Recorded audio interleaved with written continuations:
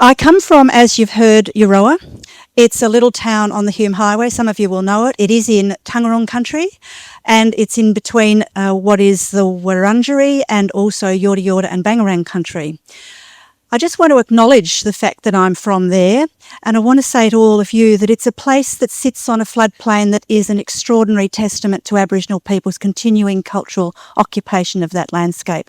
If you're ever there, get out on the floodplain. We're urging everybody to do it and have a look around. It's replete with canoe trees, coolamon trees, shield trees. Be there, have a look at what that particular part of the world has to offer by way of understanding who we are in this country. I also want to acknowledge Dja Dja Wurrung people, and I want to acknowledge the senior women in Dja Dja Wurrung community who've grown me up in many ways. I'm here today to talk about the program that we set up in Euroa, and we've called it SOS. And I was just last night talking with women who are part of the Women Climate Congress, and they reminded me that SOS is a really good thing to be speaking about at the moment because we're in a crisis. And they said, don't forget we're in a crisis when you talk tomorrow. That's today. Knitting Nanas were there, and they said it's a climate crisis. It's not just climate change. So SOS seems terribly appropriate, and I mean that word terribly. But I also want to say, thank you. I also want to say that today I think that there's a message of hope. And there's a message of hope out of little communities like our community in Euroa. And that's why talking about our theory of change is actually quite critically important, and it probably reflects yours. Ours is really simple. It's just start where you are, know your place, accept that that place has things to learn you and that you need to sit and listen to it, but know your place. Start. Get started.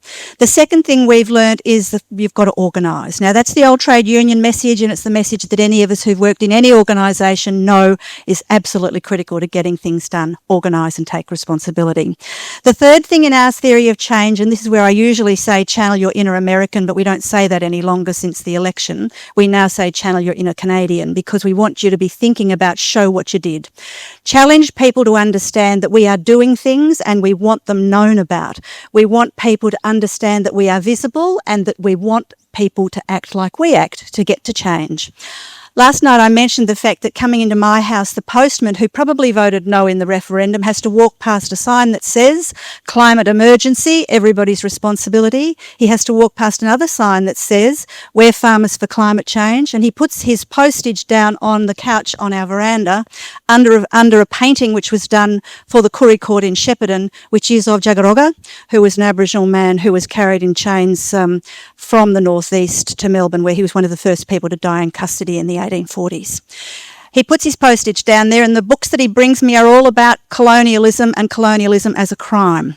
So I've had conversations with him about his electric bike. There are people that we need to understand that we want change. We want them to walk past it. We want them not to be scowling and sneering at it. And we want to share some of the message that we can with them at whatever level we can do it. With him, it's about his electric bike, which he rides from the post office, and we talk about whether his is older or younger than mine. So we have start where you are, organise and show what you did. Our message of hope from Euroa is that that's exactly what we've been doing, and I could have called this particular talk 10 years of change in a small country town. I could also be talking about the things that we heard from Rod Quantock, and I might agree with him, but I'm saying to you here today, we're not dying wondering. And it's what we said to ourselves when we got embarked on the Yes campaign. It looked to us like we were going to lose that campaign for the Yes vote, but we weren't prepared to die wondering. So what have we done in Euroa in the last 10 years? And let me just give you the list. And the list is long. It's a celebration of what people do, and it brings on that 20 or 30% of people who are in fact the ones who drive change and bring others like the postman on his electric bike with them. We started with a thing called the Euroa Environment Series. I don't think we had you there, Greg, but we thought about whether we could get you there for one of those particular sessions. And we had people come up from Melbourne, and they didn't ask us for their tram fare or their train fare, and they didn't say no, they said yes and when. And they came and spoke to us about everything from local government to climate change, from superannuation to biodiversity and water. And on each occasion, about 120 to 150 people came along, sat around all Saturday, talked about what they wanted to see by way of change, and then went out and spoke about it to others. That was how we sort of got going.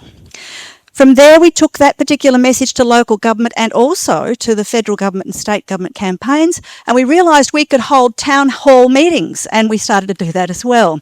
They weren't always conducive to good debate because sometimes people want to yell at you, but they were really indicative to us that people did want to come along and be part of a conversation. From there, we said to ourselves, what else is happening in our town? And we thought, okay, we're going to save the Olympic pool. And I'm telling you this because, in fact, these stories don't have to be about one particular sector or one particular thing. To save our Olympic pool in Euroa, and please, if you're ever there in summer, go and swim in it. We saved it. We saved it by standing outside the IGA and taking a petition. And we set ourselves the task of 900 signatures, and when we got to 900 signatures, we went further and we got to 950. The pool is now something that you can swim in Euroa, and we're hoping that it doesn't ever get pulled out. We also at that time thought there's stuff happening in our town about poker machines. And one of the local hotels wanted to install 300 poker machines for a town of 3,000 people, and our council said it was all right. We said, we don't think so. And we gathered our people, we gathered our teachers and our retirees and our lawyers and our logistics people and all the people in our town, and we sat around a table and said, what can we do about it? And we went off to VCAT and we won. The minute you start winning, success breeds success. People didn't expect to win because we had to win a planning debate. We had to get over the hurdle of VCAT. We had to raise $30,000 to run that case, and you don't get your costs back. Our community did that. Those poker machines were not installed, and our community, in our view, is happier and healthier as a result of what we did. One of the things that our community did to actually develop that particular campaign was to have a march down the street. And we were surprised because we're sort of a bit greying and we're a bit radical and we're a bit sort of in your face. We were surprised how many people pushed prams. And we were surprised about the people who put up a float. And on the float, they actually mocked up a poker machine. And we were surprised who were the people who were there playing the poker machine on the float in the main street of Euroa. It brought people on. We held a town hall meeting about that as well. 350 people in the town hall meeting, and we all came out of that with a greater commitment to what we were doing. We didn't just stop there. So this is the message of hope. This is how you build and build and build. And we're doing it in the little town of Euroa, and it's 2 steps forward and 1 step back. However, we went on to do some other things, which was to say, what can we do about renewable energy? And we knew the Premier's Sustainability Awards were coming up, and we knew that there was some money out of Lily D'Ambrosio's department, and we said we want to set up a microgrid demonstration. And that's exactly what we did. We set up a microgrid demonstration, again in Binney Street, with 6 businesses who all have solar panels and most of them have batteries. The department paid for it and there was $45,000 left over. We all know how it makes you feel when you've got to hand back money, and we all hate doing it, and we said we're not going to do that. We went back to the department and said, can we renegotiate the contract because we've got a place where we can spend that 45 grand. And it was on solar panels for people who live in rented social housing in the main street of Euroa, on top of Mawson's Bakery. If you're ever there, go and have a look at the back of Mawson's Bakery and you'll see the garage that was built by a local engineer. It's actually got the solar panels on it. The people who are in that social housing get free electricity. And we put up a sign that said the Euroa Energy Crew did this, and we want you to know that this is done by community. Not only did we do that, but we spoke to ourselves around the table about what we would do as a result of it. And this brings me back to our theory of change. Get started, get organised, get that grant, grift to get the grant, and then show what you did. Out the back is that sign saying Euroa Energy got the money and put this up. We also put in very, very bravely for some awards. I bet there's a few here today who say, that's a good idea, and you're in communities which go, do we have to show off? We know we do. We know we do. And we put in for awards, and we put in for awards for the microgrid, and lo and behold, we got it.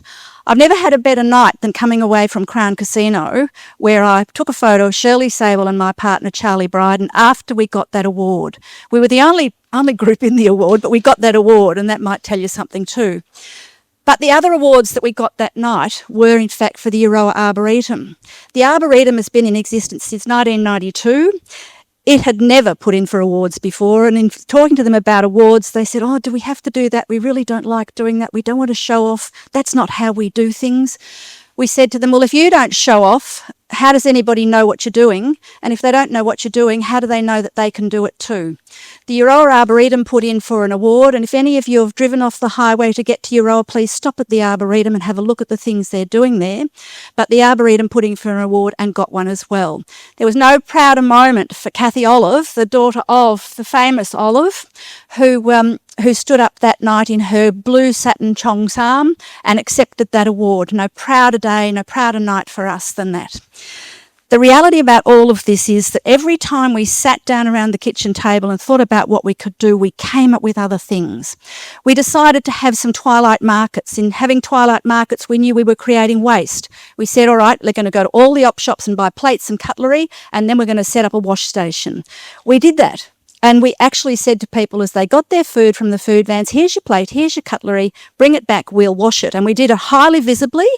And ultimately what we did with that particular exercise was we had a straw and a cup and a bottle left over because people brought them with them because we didn't hand out any waste. And we had about 6 inches of organic waste left over after everybody had eaten their dinner that night, buying it from the food vans.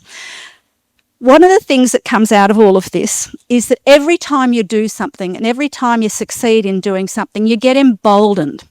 But there's no point in us just being emboldened ourselves unless we're also sharing that message with others. And that's what we've decided to do in Euroa, and that's what we've taken on board.